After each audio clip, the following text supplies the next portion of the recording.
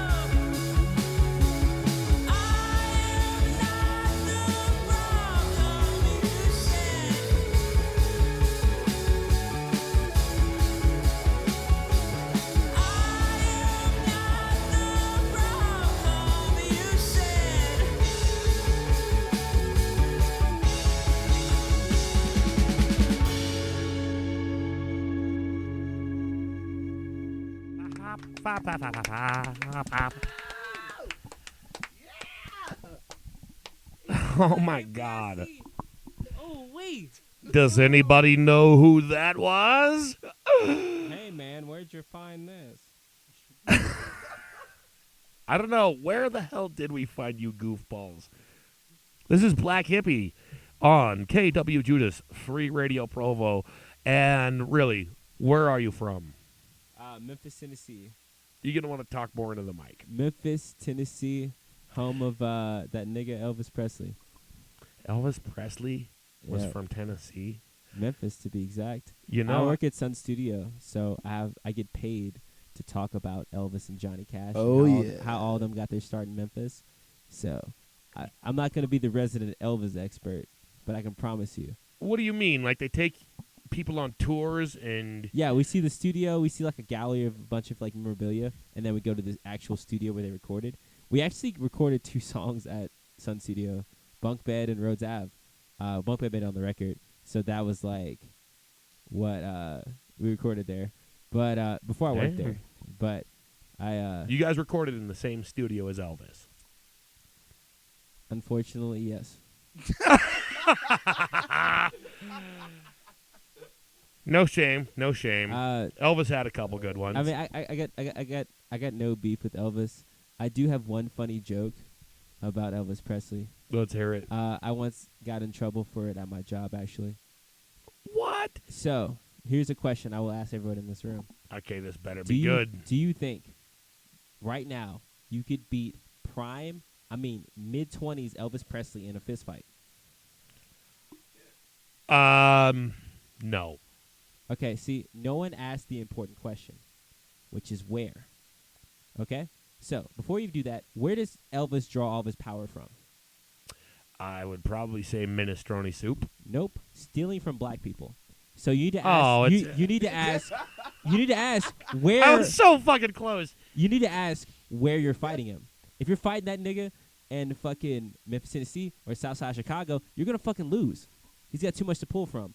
But if you're fighting that motherfucker in like Montana, you're gonna beat his ass. I once told this joke to someone at my job, and they did not enjoy this joke at all.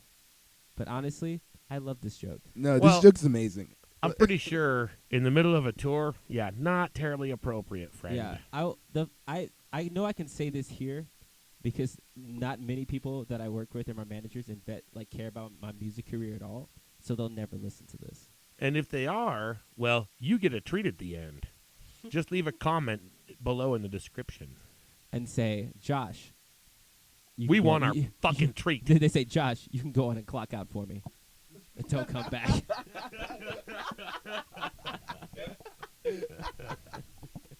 Gorgeous. Absolutely gorgeous. Well, fuck Elvis anyway. We got this next song coming up. It's called Answering Machine. Is there a story behind this one? This one was one of the early ones. Me and Casey kind of started me and Casey started kind of like co-writing a few songs together. This was like one of the first ones he kind of brought to me. He came with the chord progression. Casey! Who the fuck is Casey? Casey's our drummer. Oh! Hi, Casey! Hi. Hey, Casey! And Have a beer. yeah, We should... Yeah.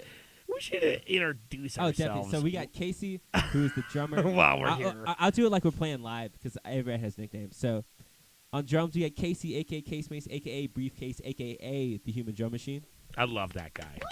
Woo, woo. All right. And also, we got Tyrell. Our bass, on bass, we got Tyrell, a.k.a. Used Pirel, a.k.a. Can't You Tell, a.k.a. Dusty Trail. That's this guy. Yep. And then on vocals and lead guitar, you got me. My name is Josh. I'm sad a lot. Yay! Bam, introductions. Tyrell, you are killing the studio audience, man. Yeah, Honestly, I'm just trying to fill it out. So, You know is what I it mean? true that you once had a job on the Eric Andre show as an audience member? So all the yelling and screaming that you hear Eric Andre doing? That's me. They Really? just All dubbed of me it. in. They just dubbed me in. We're actually told not to say non-factual things on the show. That's true. Therefore, Tyrell, No. you need to retract that right now. I am not or I will supposed to punch say you non-factual. You guys I can will talk punch whatever you shit you want. and your left big toe if you keep coming that spicy with the non-facts. You know what? I'm going to let it fly because I actually want to believe that. So we got the guy from Eric Andre here on my show tonight. I will say truthfully, Fuck yeah. when I was in college, I was a sophomore in college, and in my Instagram bio, I started watching BoJack Horseman. So I put in my Instagram bio, back in the 90s, I was on a famous TV show, and someone I went to school with messaged me, and I said, I knew it. I knew you were on all that. and they were serious. Shit. So just so everyone listening knows. What sucks is I was waiting for you to, I don't know. I'm glad that got cleared up before I said something. I mean, yeah, because clearly Keenan Thompson and Josh Shaw are the same people. Was Keenan the only black dude on that show? Kel was on there too. But I wanted to do Keenan because it would be even funnier. Because we don't have similar body types. I want to try to make it as far left field as possible. Because this nigga did that during summer break and expected me to look at him the same in the fall. Yo. Yo, now when I checked it, when I fucking got my key to my dorm, I did not look at that nigga the same. Wait, The audacity. So like this is completely left field, right? But have y'all ever seen the last episode of Kenan and Kel? No. It's weird, dude. It's weird. You hear me peek the mic? That's how excited I got. You're gonna have to indulge now. Yeah, of course I'm going to tell you about this. Okay, so pretty much what happens, right, is that Kenan's like, yo, Kel, I'm going to college and I'm leaving you, right?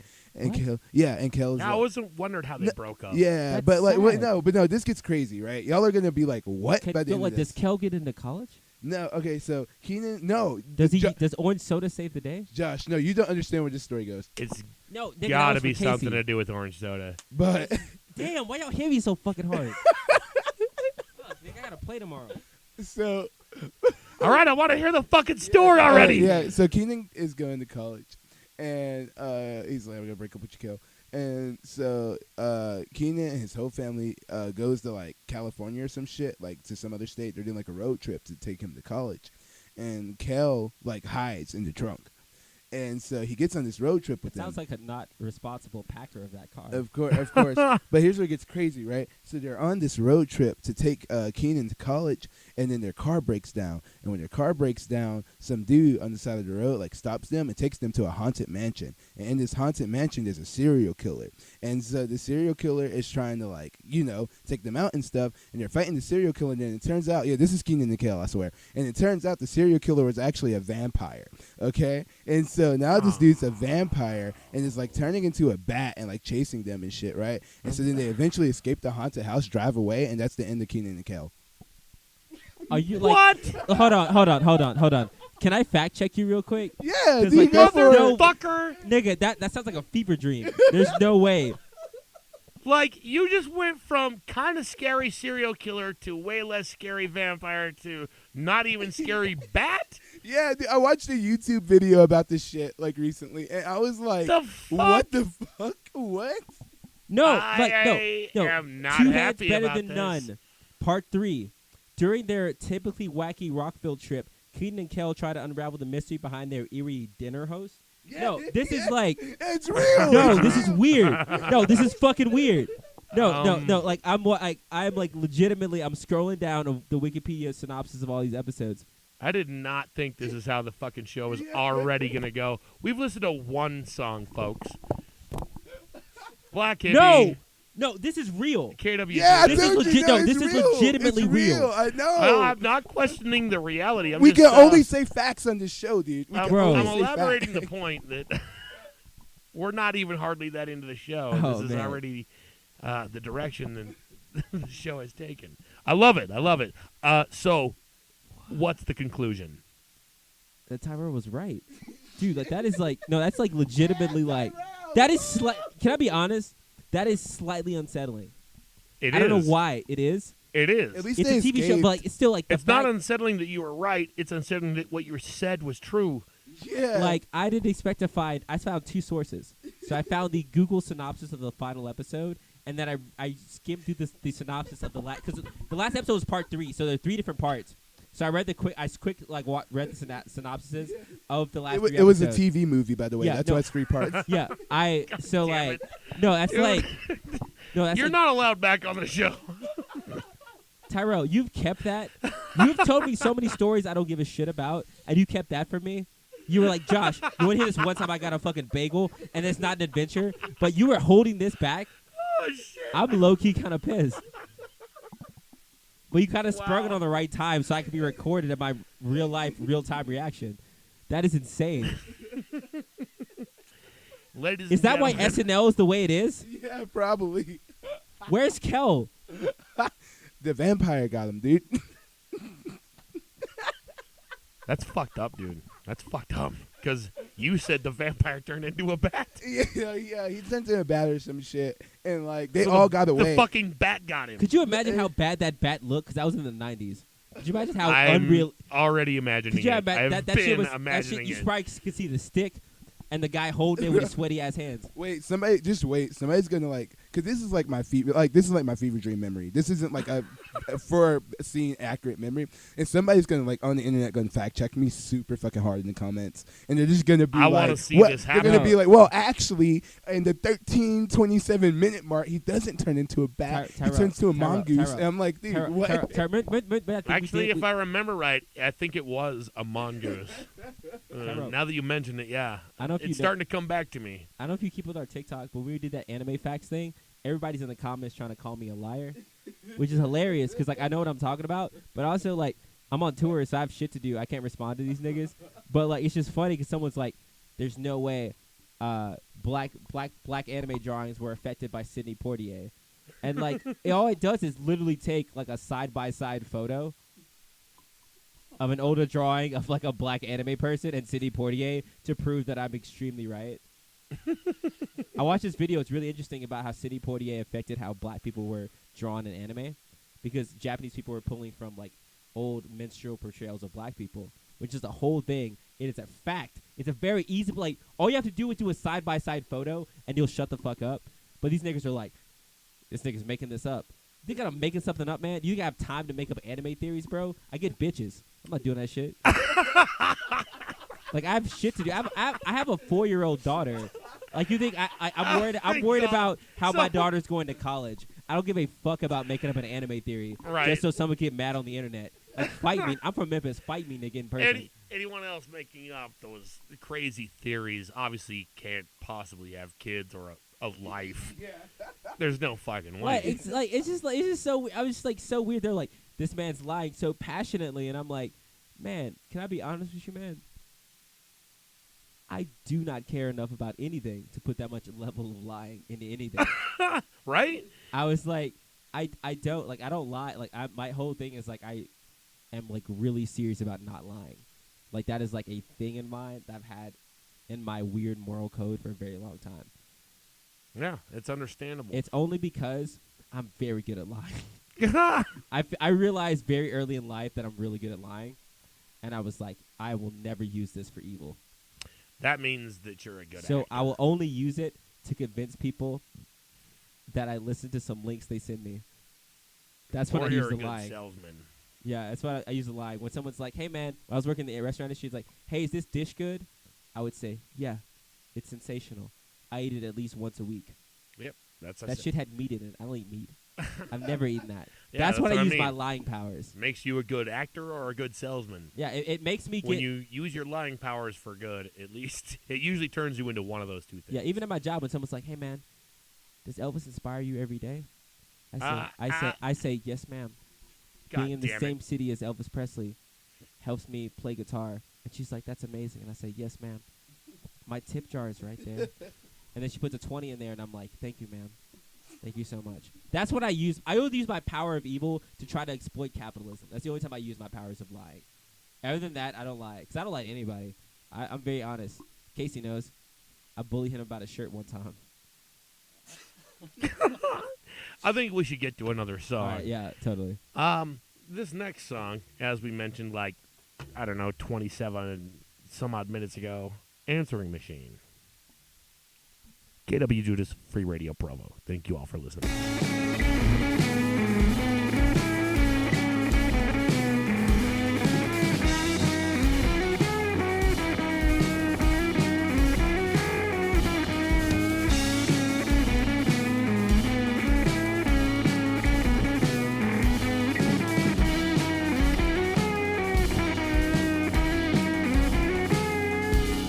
It's Sunday afternoon, it all feels the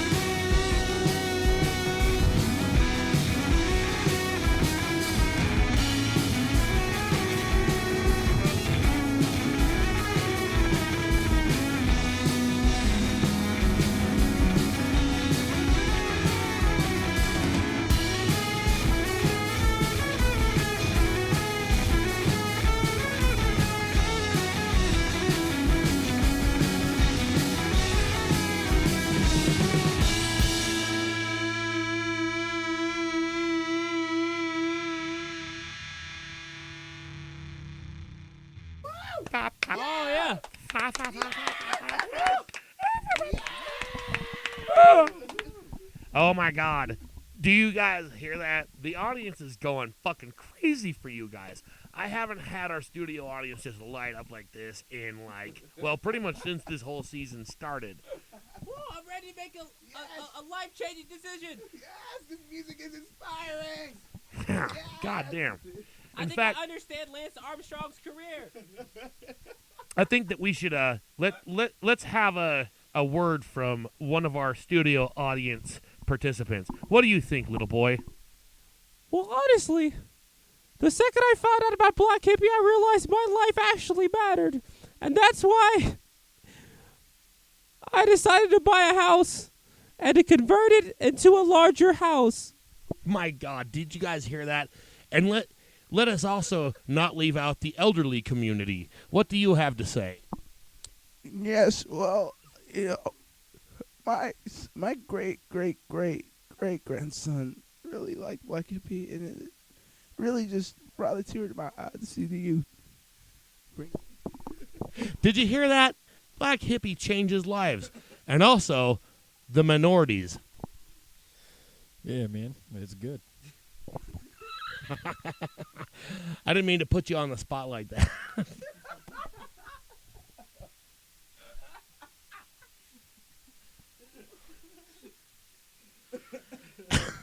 You're the minority in this room right now, just so you know. I'm just kidding, buddy. We haven't heard enough from this guy. You're the drummer.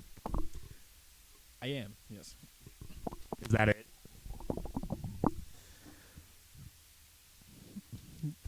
Do you want the whole backstory of the entrance into the band?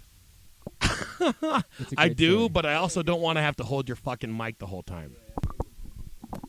And let's keep it short. I mean, we got I don't know. Durpenshlee's kind of been on my ass lately. So, a really good friend of mine I went to high school with used to be the drummer in Josh's previous band. Right. So you're the second to the longest standing member of this group, right? Word. Is your mic on all the way? Just making sure. All right. Continue.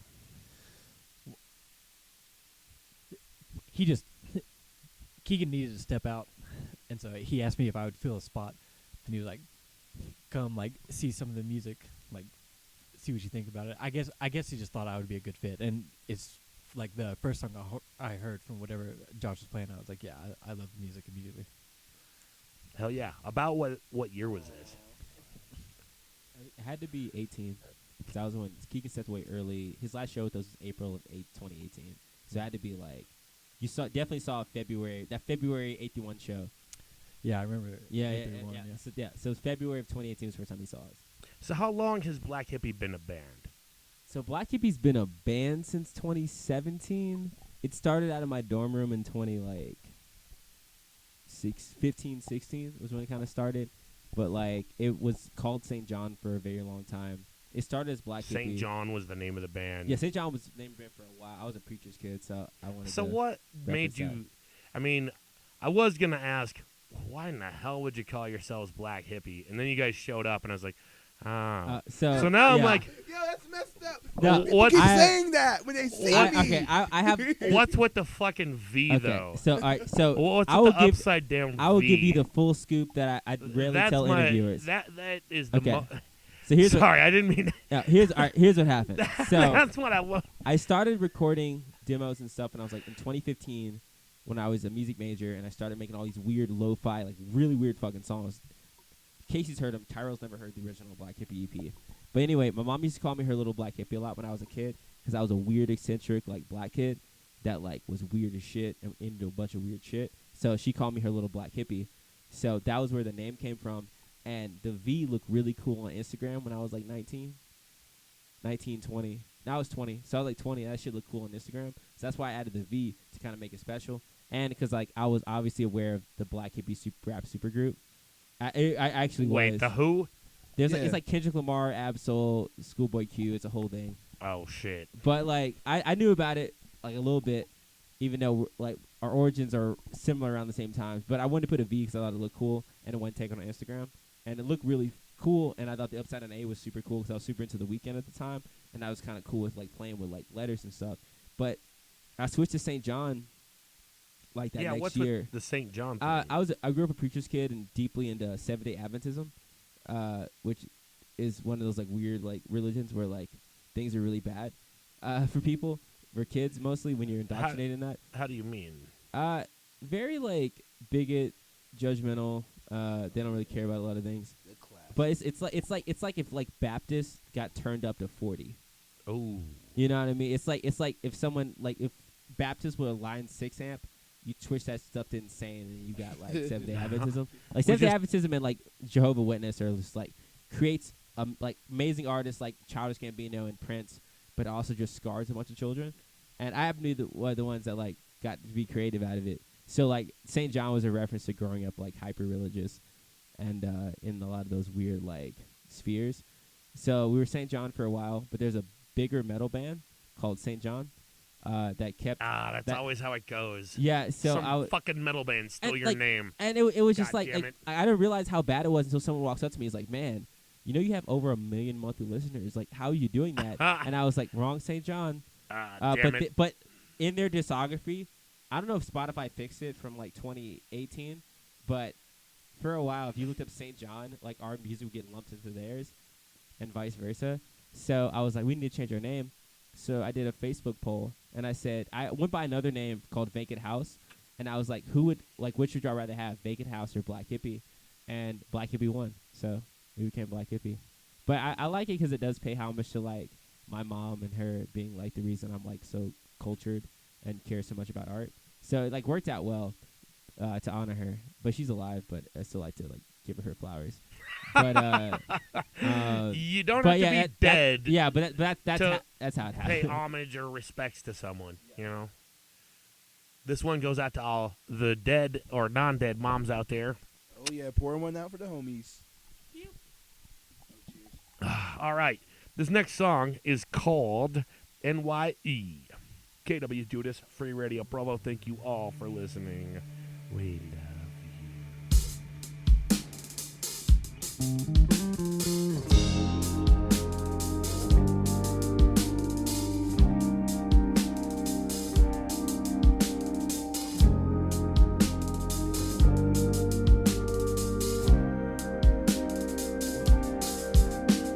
Sometime before New Year's, but after Christmas Day, I'll be where you want me to be. Hungover, asking what happens when I try to stay. Do I still cry in my sleep about how I feel empty? Asking you to stay.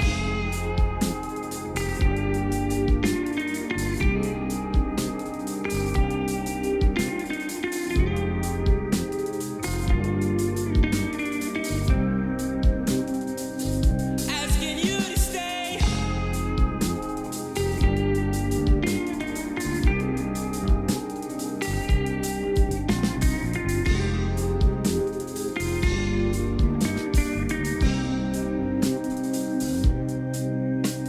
It's funny how we've been together in formalities. The way you would talk about your dreams. Now it's all over still with these apologies.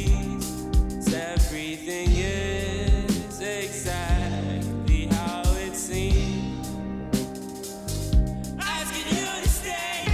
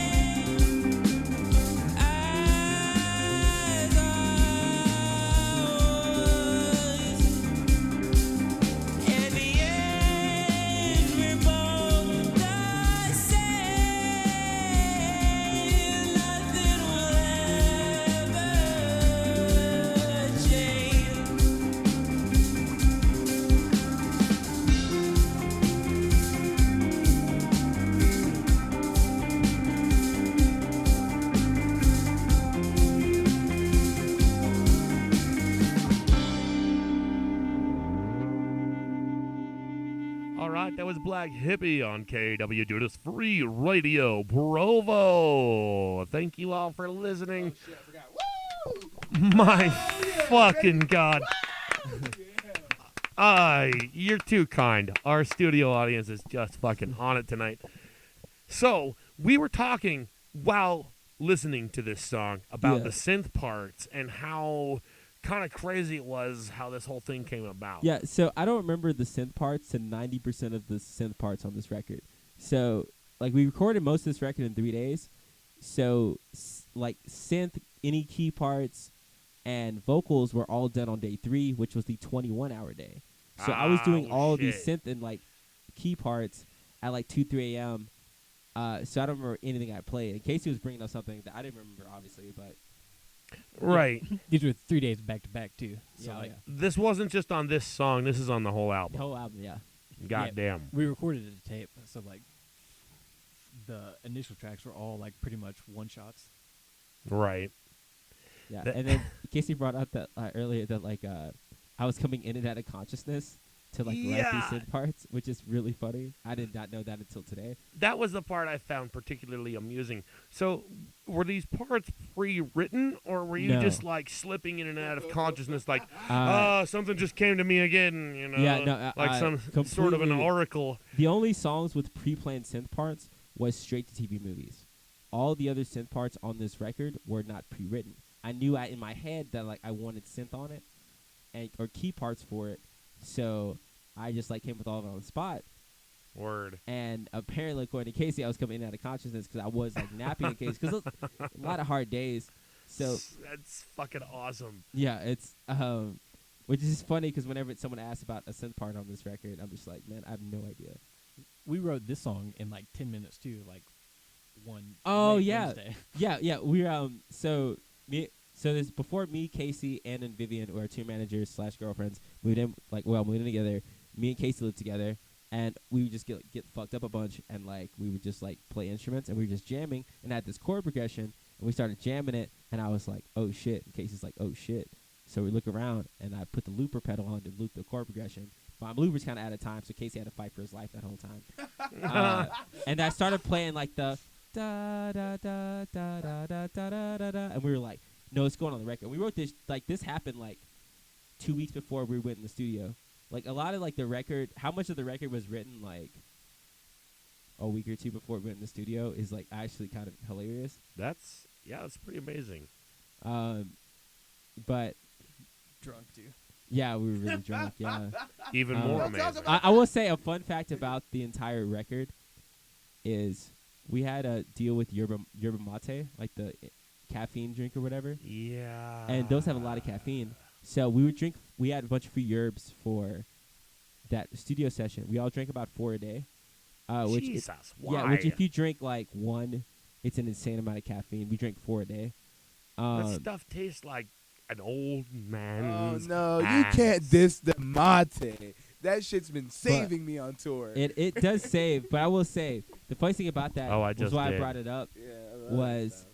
all of the demos, like no one's heard the original demos. You haven't even heard the original demos. Ah, The original demos are 10 to 20 BPM slower than the album. We live tracked pretty much the majority of the record, other than vocals and synth, and I had to retrack all the rhythm guitar parts. But like all the leads, all that other kind of stuff was like done live, and like bass and bass was retracked by one of my friends. But a lot of like the drums and like a lot of the playing were live, and that's why everything is so fast. Like no one knows it's fast because no one heard the demos, but we were all just caffeinated and kind of drunk, and we were like, "Yo, count that shit off, Casey." And Casey's just like, "Dot dot dot dot." I'm like, "We playing at this speed. Who's gonna stop me?"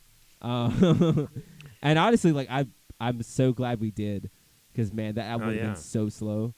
Oh my god! Yeah, I was just about to say because the songs are already slow. We played them so much faster live already. Okay, so Tyro's only been in the band since last fall. He joined on our 6-week tour, and so our you fun fact- haven't even been in the band for a year yet. My 1 year's coming up. Okay, Your You 1 know, year's it's gonna be be- soon. and, It's gonna be soon. Yeah, I guess officially October, but you can say September. Yeah, we can do September. Yeah, Word. but the funny thing is like the way Blvck Hippie songs go, we have a demo is 1 speed, and it's way faster recorded, and then live it's way faster. I think it's kind of cool when you can actually keep it together, and you release actually those different versions. You know, because for the fans, it actually is like a whole different version of that song. Yeah. You know. It really is, and I think kind of like all the live sessions we do, like Audio Tree and stuff like that, kind of really like showed off that like it's different live. You know what I mean? Oh, definitely. Like a whole Right. different vibe, and we bring this whole different type of energy and stuff, which is really fucking cool. And Tyrell's a huge proponent of that energy, I will say. Like, we had... You're the bass player. You have to be. Yeah. Yeah, Bass Tyler- players are either they're usually the ones who are just like a lump, or they're the ones that are like, even if they're not doing anything, Yeah. they are putting forth way more fucking energy and effort than they ever should be, almost. Definitely. And I mean, I can say that I'm a fucking bass player, and I'm the one who just explodes Yeah. on the stage. And you notice bass players are also usually the weird one in the band. Oh, definitely. So I've got definitely my weird fucking eye on The you. funniest thing about Tyrell, I met Tyrell when he was 16. Indeed. So Tyrell's the youngest member of the band. He is like 5 years younger than me. But the funniest thing, I met Tyrell when he was probably about 15, 16. He grew up in Jackson, Tennessee, which is where I went to college. So we would meet. I'd see him at like all ages shows. Word. And he was playing bass for his other band. And I remember seeing him, and I was like, "Oh, cool!" Like another black dude at a show. I was like, he looked lame as fuck. So what kind of shows did you guys go to when you were kids? Oh, I didn't go to a show till college. My first concert I went to. I don't mean kid, but you know what I yeah, mean. well, like my first concert I ever went to was the Neighborhood, and I was So what kind of music? indie rock. Like they did Word. like Sweater Weather, but I will say, yo, the Neighborhood live, the amount that affects everything I do live, insane. They got me to the Lo-Fi Junkie, bro. My favorite band of all time. Anyway, but like like shows I started going to were mostly like indie rock shows, punk and hardcore shows. Right. It's kind of like my bread and butter was where I was going. If it was like mostly, it was like, especially when I got out of college, it was almost exclusively punk, hardcore, and metal shows, because those are the people I was opening for. Because all I knew was the punk and hardcore kids. Right. So like that's like the scene. And that was kind of big. yeah, I cut my teeth in, which was like how I learned how to perform. Because I was like, man, if you're a solo act with a looper pedal and you're opening for 2 metal bands, you better be Dude. fucking good, Hell yeah. or else no one's gonna give a shit. And that's how I kind of learned. Like I cut my teeth a lot, and that's why I learned. That's where I learned how to mosh, which is why which is why I don't mosh anymore. But I will say, Tyrell, I know you're younger than me. You've never seen it. Man, I wish you could have seen me in the mosh pit of my prime, buddy. Oh You'd have yeah. been so proud of me. Yeah, Josh is saying that because I am a pit junkie. Yeah, because I'm in there. He's still young, Man, I can imagine both of you motherfuckers in there. We were in the pit in DC. We played with Arcadia Gray. Oh yeah, we were in the And pit, we and were- we were the smallest Arcadia motherfuckers. Grain. Yeah, We were the smallest they're Who the motherfuckers. they're fuck? really sick, like emo band, Some emo punk Acacia band. Strain knockoff. I don't- No. No, they're I'm the kidding. homies. We were- They're the homies. But we All played that. a show in DC, and there was like a bunch of like black folks came for us because like we're Blvck Hippie or whatever. So we were in the pit with all these guys after we played for this other set. So we felt like mad comfortable. We were like, man, and we were like, this is a 6-week tour. We're on week 5. Like we're all tired, but we were all like, man, we can't not mosh and like Yeah. like a 70% black mosh pit. Like that cannot happen. like we've dreamed of this as Yes, children. that was my dream. Yeah, I was like, we would have killed for this. So we hopped in, and man, we were the shortest people in it. It was like I was so it small. was I so felt funny so 'cause Tyrell's small. I'm like 5'7", Tyrell's like 5'9". Our intern with us was like 5'8", 5'9", and we were the smallest people in that mosh pit. That's and like, fucked up. And we were like, this is like, Damn. this is You especially, you were one of the smallest Yes, guys I in the was one bed. of the It was smallest no people way. in the pit. it was so funny. It was 'cause- doing. It was and so it was big. like, but also the worst part Where about it was was like this? DC. Washington D.C. The worst part Okay. about it was like we weren't even fresh. Like this is like week 5 of tour. We probably had like 4 days off. Like our bodies are breaking down, Mhm. and we're like, no, we're gonna do this. So we're in there, and we have to make up for like our massive size difference. You guys are fucking hardcore. And bro, we went off. We I, did go but I, off. did, We I had to really tap did. out after the 4th song. I had to come back in because I caught 2 elbows to the back of my head. Jesus. And like, if I was not the Hell yeah. front man and lead guitar player, like I would be like, I could power through. But I was like, no, I need to get the fuck out Yeah. of here, and then I'll come back. And then I came back a little bit, and I got roughed up a bunch, and I was like, I ain't got health insurance. And I was like, I get home, I got to give my daughter like piggyback rides, bro. So I thought I had to tap out, which bummed me out because like young Josh was in my body and was like, hey man, you used to destroy mosh pits as like a 5'7" skinny nigga. Like you were that guy. No, that wasn't the pit for it. Like I think the worst part about that mosh pit too was that I was so fucking small that the dude's like elbows, like multiple people's elbows, were like face level to me, dude. So any like motion you would do, it was game fucking over, dude. Like my nose was broke, bro. Bro, I felt so bad because like, dude, Tyrell's knees were giving out days before this, and we were all like, we all looked at each other because we knew we had to do it, and it was like we were about to go into fucking a massacre. We were like, for king and country, like it was like that kind of vibe because we were all like, yo, we can't not do this. We have to. Casey was going ham. Casey was cool. Casey, were you in that pit? Casey was in the pit. Casey was fine. No, Casey fought his way through like he was Kareem Abdul-Jabbar against the defense. Wow. Like nice. Colin was getting tossed around. I was getting wrecked. You were getting wrecked. It was just the four of us. So Les hopped in a little bit, but so let's hop back out. So it was just the four of us. So remind me one more time, what band were you guys at? It was Arcadia Gray. We played a show with them in D.C. while we were on tour in the fall. What was Are the name of they're the still- venue? It was called The Pocket. The They're Pocket. still out there kicking ass. Yeah. Mad props. Let's cut to another song. We have Durpenshlee Commercial coming up next. And, of course, we have to play, some word from our sponsor because they're the ones who keep this show alive, folks. In the meantime, this one is called Bunk Bed. KWJUDAS, free radio in Provo.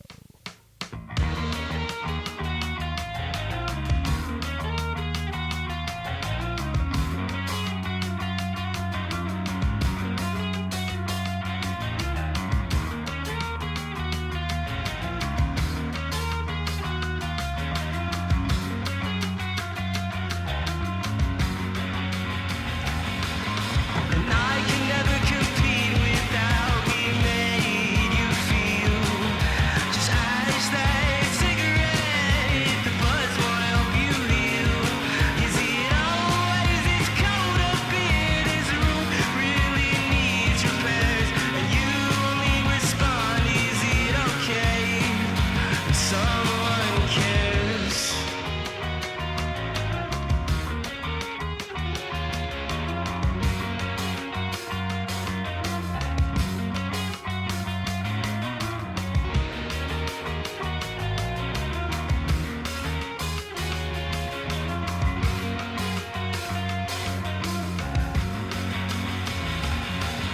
You say it's getting late, but you swear you can sneak me inside.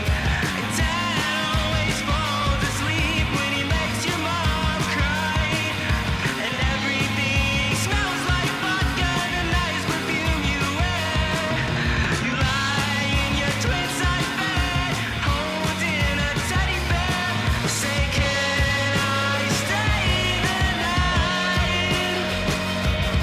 I'm tired of always sleeping alone. And can I stay the night? I'm tired of always being alone, always alone.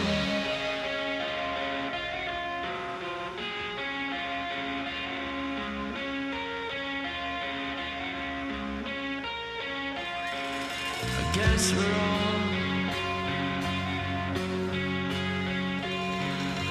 grown up.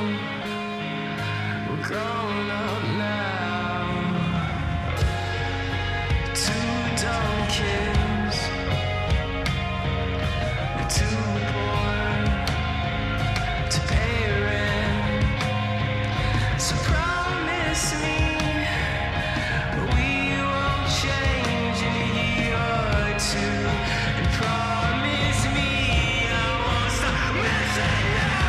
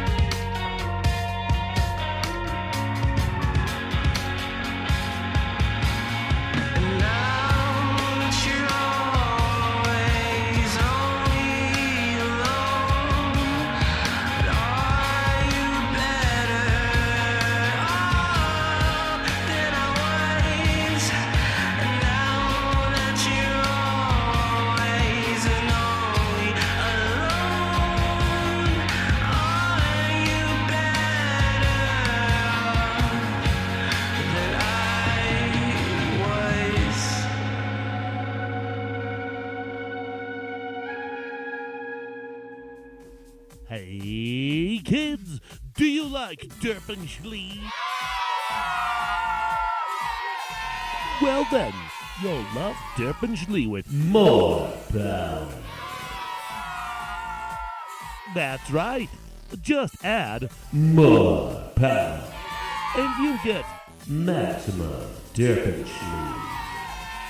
While you're at it, throw in some Blue Bulldogs, microwavable popsicles, and don't forget Durpenshlee's inflatable auto parts, brought to you by Durpenshlee. And remember, if it doesn't say Durpen, it's not Durpenshlee.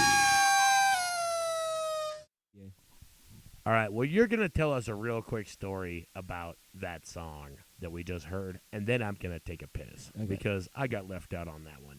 Ooh. So my favorite thing about the last song, Bunk Bed, is not only was it what got me out of my writing funk and got me back into music, but it's my daughter's like favorite song about me. So I have like two really quick stories about it. So when I used to work this really terrible job at a Chinese food spot. I was a delivery driver and I was a host, but during COVID I was just a delivery driver during like the lockdown or whatever. So I would keep my daughter, but I would work in doubles. I wouldn't see her a bunch. So she would make my girlfriend keep replaying the lyric video to Bunk Bed because she knew that was me.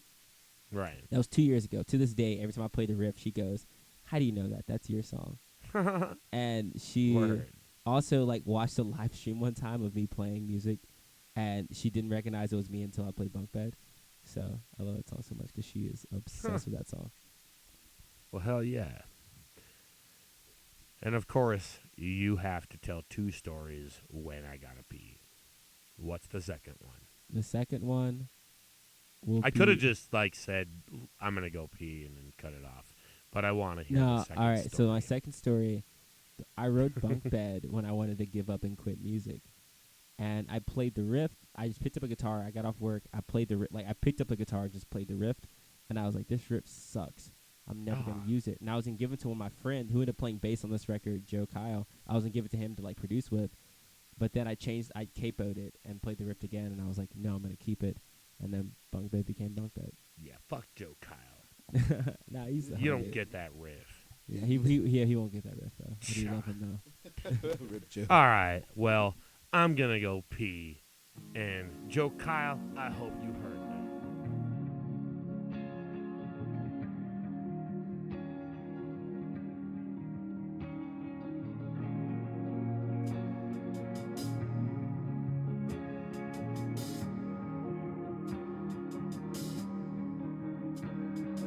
Time is 3:03 in the afternoon, and I'm still drunk in my hospital room. This button calls the nurse, she comes to stand still. The guilt trip you into taking your own pill.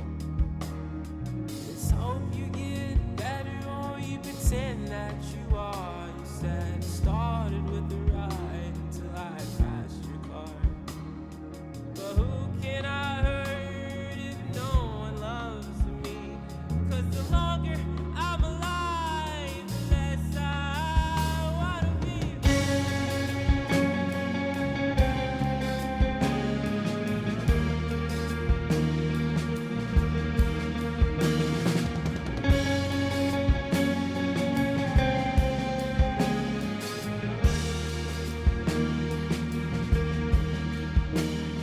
It's now 3:25, or a quarter after 3.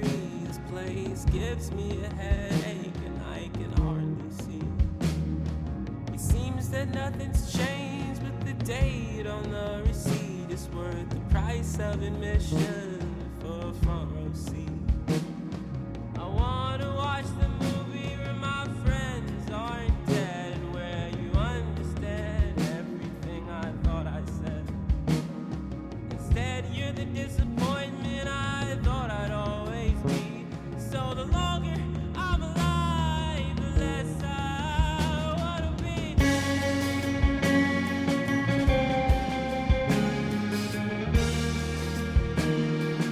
Oh,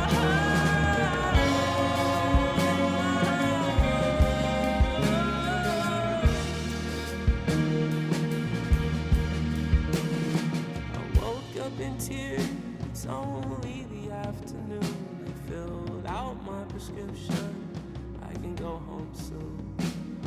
This one's for the nightmares, the other makes you feel the same. Nothing gets better, it just numbs the pain. It's not your fault, it's just the way you were built, and the years that have passed in your survivor's guilt. You show up once a week saying no one can love me, so the longer I'm alive, the less I wanna be.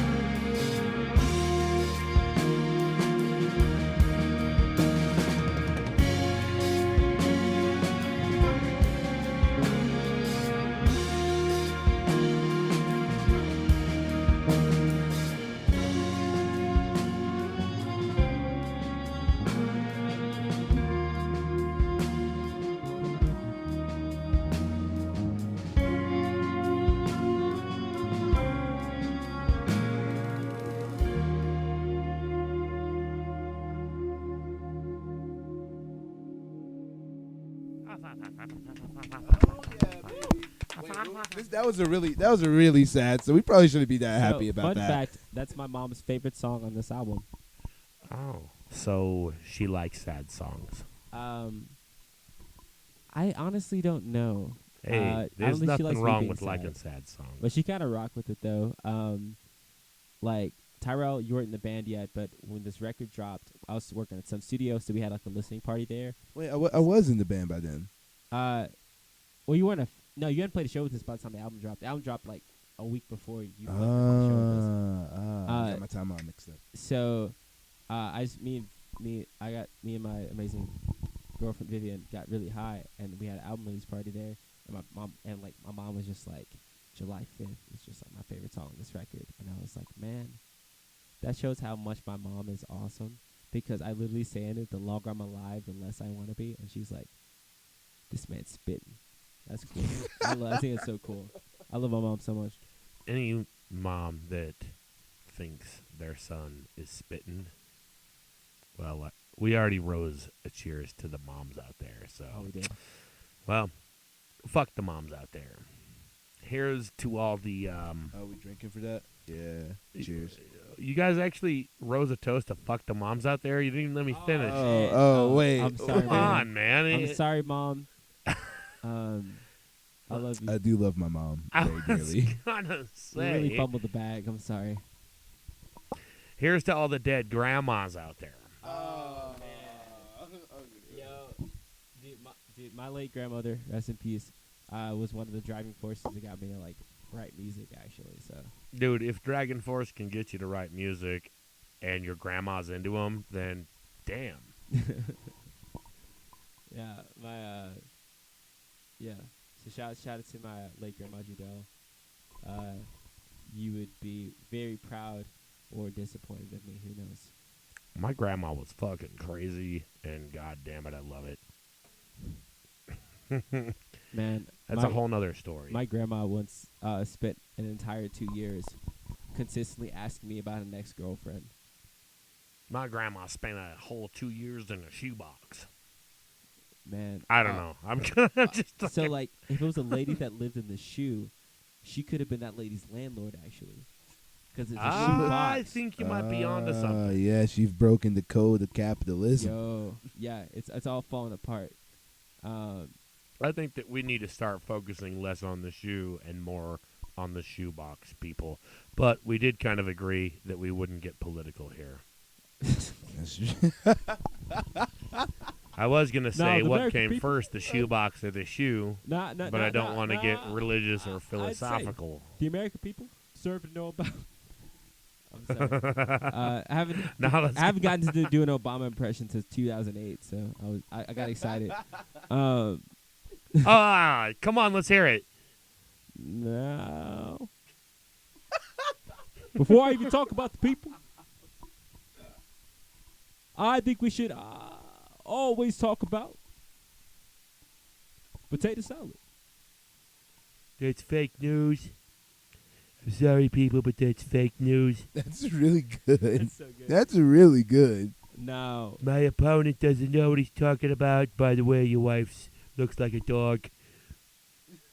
Man, no one asked for it, but every time I get high, I have two really good impressions. Cat Williams and Fezco from Euphoria. Okay, now you got to do them both. Now, to be honest, Rue, to be honest.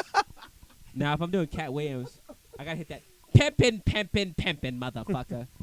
I'm Cat motherfucking Williams. That's all I got. I also have a really good Mickey Mouse impression. Oh, Pluto. Yeah, I used to do I didn't play an instrument till I was 12, but I had a really good ear. So I would just do a lot of impressions. That's how you start, I think. That's So did you ever take any lessons? I was a. Or do you mostly play by ear? So I was doing classical piano from 12 to 18, which kind of because I learned a Beethoven song by a tiny LED screen that if you pause you could see each note that moved. So Cool. I learned it from that. So my parents are like, "Oh man, this weird homeschool nigga probably needs another outlet." So they threw me into that shit, and I took classical piano lessons, and then went to school. And I was a music major after my first semester.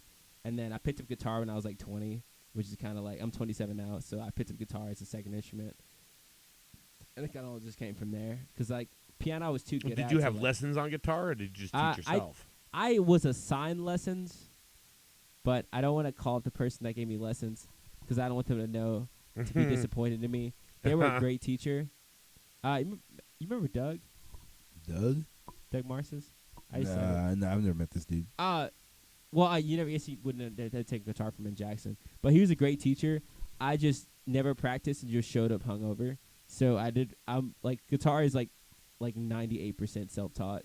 This man was trying to teach me some amazing shit, and I was just a stupid college student that thought I was the greatest nigga ever. So all I did was just show. I would just never practice and show up kind of fucked up, and I didn't take anything seriously because I didn't have to, because I don't know. I should have. I actually had to. I just didn't. But so I'm with guitar, I'm pretty much fully self-taught. With just guitar tabs, learning songs, and watching people play guitar. I kind of feel like I'm an Uchiha in a way. I got a little Sharingan. I can kind of pick up stuff and kind of just scoot away from it.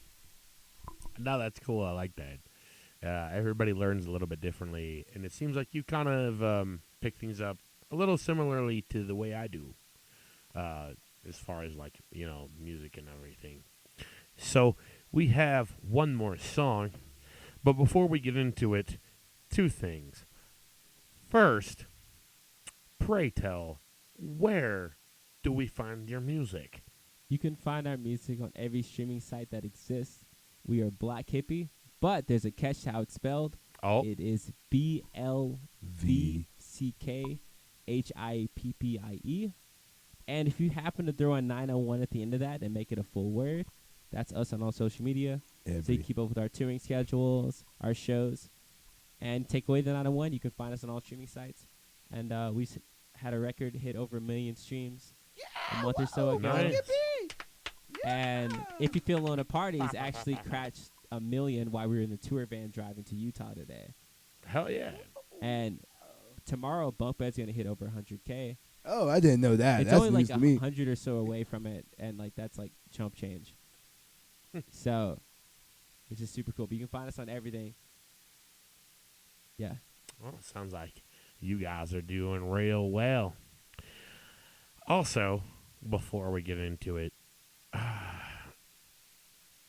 before we even started this show, you said you had a story about one of the weirdest things that had happened to you. Oh, yeah. And we're all about a good story here on KWJUDAS. Wait, which story are you telling? Well, The weirdest.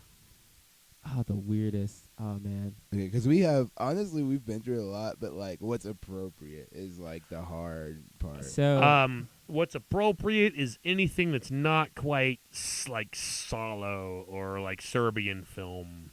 Oh, Like, yeah. if you You pulled out some horror deep cuts. We gotta talk later. 'Cause I actually know those references. I know you made those references thinking we wouldn't know them, but those some good references right there. Hey, I like that. as long as we don't get that deep, I think you Alright. should be okay. I'll tell a more fun one. and I'm But gonna if tell- you get that deep, it's KWJUDAS. Yeah. I'm gonna tell a fun one. I'm gonna let y'all talk, and then I might come back and see what the vibe is after that, because I don't be too sad or weird. But I will say, this whole tour has been really weird to me, because like about 2 days into tour, I'm telling Vivian, I'm like, yo, this is the tour that I've related the most to Jimi Hendrix to, because he in his later life he didn't like touring as much as he liked recording and like creating, and I was like, man, I kind of miss a lot of that aspect. And then we were playing in Seattle with like this all like black fronted bill, and I just felt this kind of like spirit or vibe of like Jimi Hendrix, like that whole time with like me performing and the other people performing. And then next morning I found out he was born in Seattle, Washington, which we were at. And I was like, yo, it's crazy. That's like weird. That's like the weirdest thing ever. And it kind of like, it was weird that I felt that the entire tour without even knowing that, which is kind of cool. And you were born where Elvis was. Or some shit. Elvis was born where I was born. We'll say that. That nigga looked into the future and saw me and decided to be born in the same city. Well, actually, he was born in Tupelo, Mississippi, technically.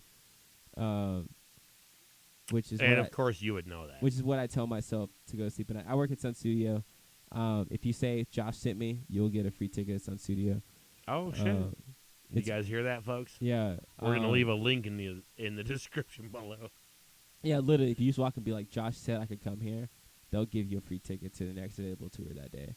I'm fucking doing it. Because I got clout. Not by clout. Everybody there loves me, and it's cool. It's a cool job. And also, you know, they'll vibe with it. Like, they're cool with it. Everybody likes people on their tour. As long as they tip the tour guys, everybody's cool. So if I get you a free tour by you saying that, you better slide a 20 to that tour guide. Word. Because So- tour guides like need that money, and like I'm touring off that money. So if you like, tour guides don't work for fucking peanut shells around yeah, here. yeah, you know? right. So like if you use that to get in, you better slide a 20 or a 50 to that nigga, or 100 if you feel like it. And Someone not tipped me peanut $100, shells. and you know what that shit did for me? So fucking much, because I'm poor as hell. So do that. Use my code to get in for free, and then use a bunch of money to tip that tour guide. Because that man or woman or non-binary person, because I'm the only non-binary nigga there, you should like tip them well and be very nice to them, because those people have to deal with some awful human beings sometimes. And you know what? Least you can do is slide that nigga some change. I think you've made that clear. Potato, potato. Also, said tour guide, well, he also has control of your very life. Your life is in their hands. Think about that.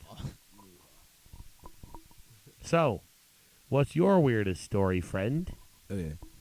So, like, wait, is this on? Yeah. Yeah, that's just a little bit. I've noticed that chord's kind of. Ooh, yeah. Yeah, baby. see what I'm saying? Yeah. All right, but So like, be mindful. so like, okay, I'll just say a few things about tour, because like I think tour inherently on itself is just weird, especially DIY touring. Is this your first time going on a tour? No, so I've been on a few tours at this point.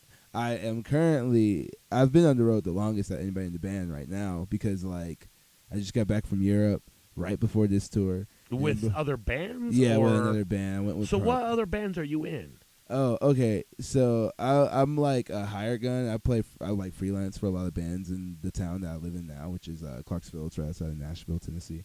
Okay. And so yeah, I play with some sick bands there, like Winton Existing, who's from Pennsylvania, who moved down there. and Who shit is like that? Winton Existing from Pennsylvania, who moved down there. They're really What cool. kind of music is that? It's like a surf punk band. Word. Super cool shit. Cool. But yeah, and I just play like literally whatever, like whatever I'm hired to play, I just play it. How do you get that kind of a gig? People, okay, I hate answering this question. I have answered this question. I'm sorry I asked. No. The reason I hate answering this question because it just makes me sound so douchey, but it's literally just true. You're on KWJUDAS, the king of douchedom.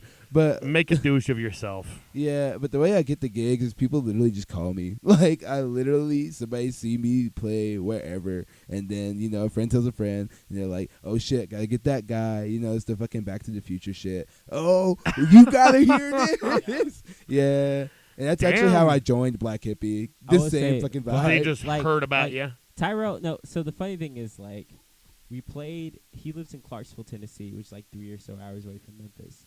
And we played a house Word. show up there, and he was playing two of the bands that were playing that night and also running sound. And I saw him, and I was like, oh, yeah, I met that dude when I was, like, 20 or whatever. And, like, I was like, yeah, it's that weird nigga that does at those shows or whatever. And we chat a little bit, and I watched him play bass, and I was like, the bass player we were supposed to go on tour with had to drop out. So this guy can play bass. So I was like, hey, man, do you want to disappear for 6 weeks? And he was like, kinda. It was like Hell a vibe. yeah. And I was like, cool, I'll send you the dates. And I got him, and like he was supposed to be for that tour. And then a couple of we rehearsed once. Like a bunch of us were coming down from me and Casey were coming down for like mushrooms and shit. So like we were just like, Oh, well, fuck. yeah, we were having a whole moment. And we all go to this house. We're all like dehydrated because we played on a music festival. We all always play this music festival down there. And we rehearsed with them. And like at the first rehearsal, me and Casey are like, yo, like I feel like comfortable with this person playing music wise. And then like a couple shows in the tour, me and Casey were kind of like, hey, like we should keep him. And then Vivian and Anna were like, hey, you should keep him. And I was like, yeah. Celeste was like, yeah, I kind of want to keep him. And I was like, yeah, me too. So we all kind of just like decided that, but wanted to give it a couple of shows so Tyra wouldn't know he was doing well. Just in case he would like slack off. We didn't want to slack off. Right. So like we kind of just like chilled a little bit. But we kind of knew we were going to try to steal him after like a show or two. He didn't know. Because he was just kind of like, if you guys ever want me to join permanently, and we were like, haha, whatever, nigga. But like we were all like secretly plotting to be like, how can we steal this motherfucker? And we ended up stealing him, and we got him now. Yes. Now I am a permanent member of Blvck Hippie. I'm here forever. How Or is he? devious. Don't. See, we gotta keep on his toes. That way he doesn't suck. Well, now he knows your devious plot. It's all That been way- exposed. That way he'll be even more. okay. He'll be even more on his toes because now he think that plot I threw out was a decoy. And he That- didn't know. Was all just, an elaborate story just to fool you. Or is it? Oh shit. Tyrell, question everything. Also, Play bass well. I don't know how we got on this tangent from weird tour stories. I don't even know how we got to Yeah, this point. weird tour stories. Okay. You're next. Go for it. And it helps if you hold your own mic, I mean, really. Casey said, I hold my drumsticks every night. I ain't holding shit. Yeah, drumstick, come on. He said paradiddle, paradiddle, paradiddle. I'm not doing that shit. Paradiddle my ass. I play drums too, Well, well, that's a different story as well. Let's hear your weirdness. I don't know. The only story I have in my mind is that music festival we played. Green Light Fest? No, Which festival? Was Was it it- recent? was it RC United? Oh, no. Vault Fest. Yeah. Oh, no. Do you not know? Okay, what happened? Okay, bro, do you not know about, like, refreshing shows? No, I don't. Oh, dude, I thought you don't live in Memphis, dude. Yo, okay, it's a whole thing. He steals money, not a good person, whatever. Anyway, every time. Wait. Who? What? Oh, okay, oh man, I can't not say it on the air. But Okay, all right. There's this person who runs these kind of shows that Okay. are kind of scammy, and they screw over a lot of young musicians. And we also signed up for it because we were young musicians at the time, and we were just trying to get our band out there. So anytime someone brings up certain words of festivals that we played in Memphis, me and the other person that recognized it are kind of like, that. Continue your story, Casey. Indeed. I don't know. So, I'd rather not continue. You should just tell it without details, without key details.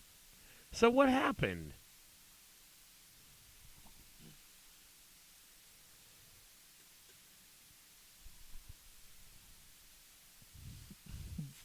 Okay, I'll default to like somehow we opened up at like 10 a.m. and then a band of 12-year-olds, average wise, like played immediately after us. Fun. Pure disrespect.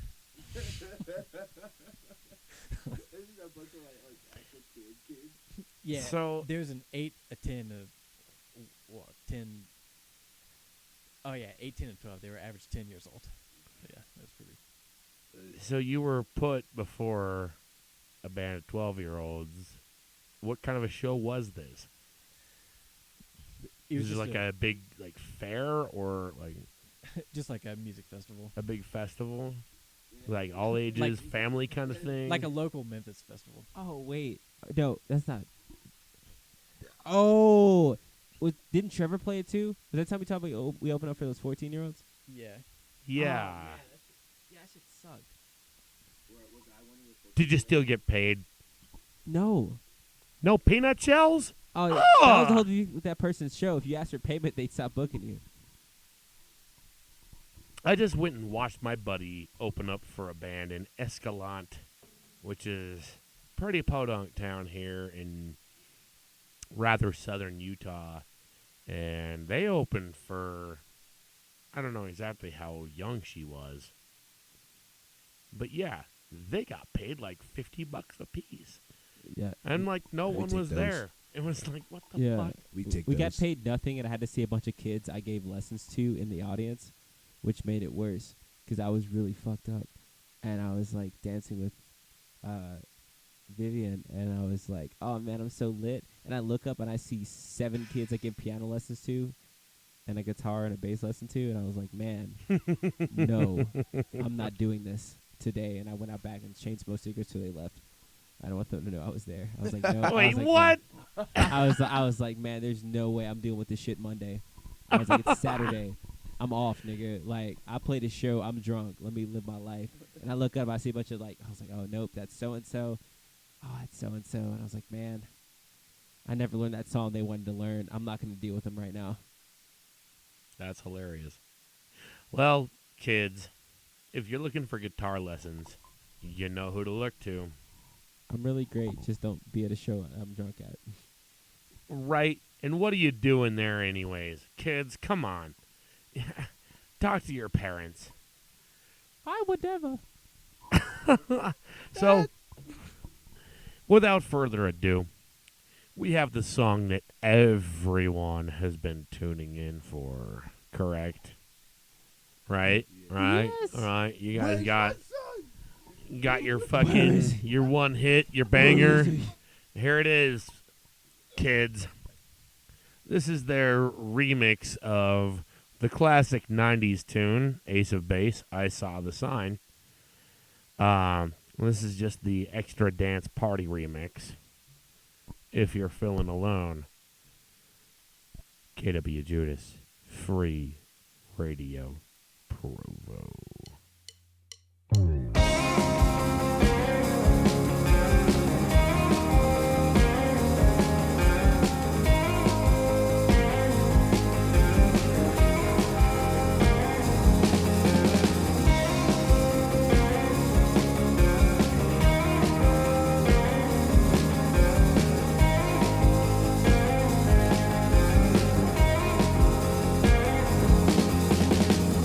Always staring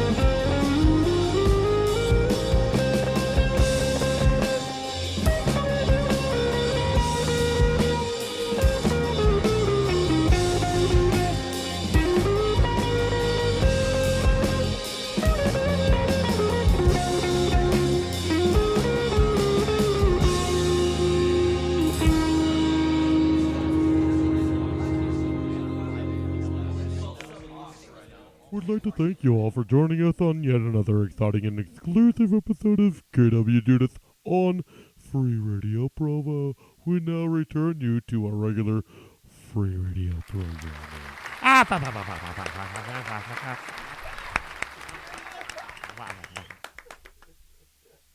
Oh.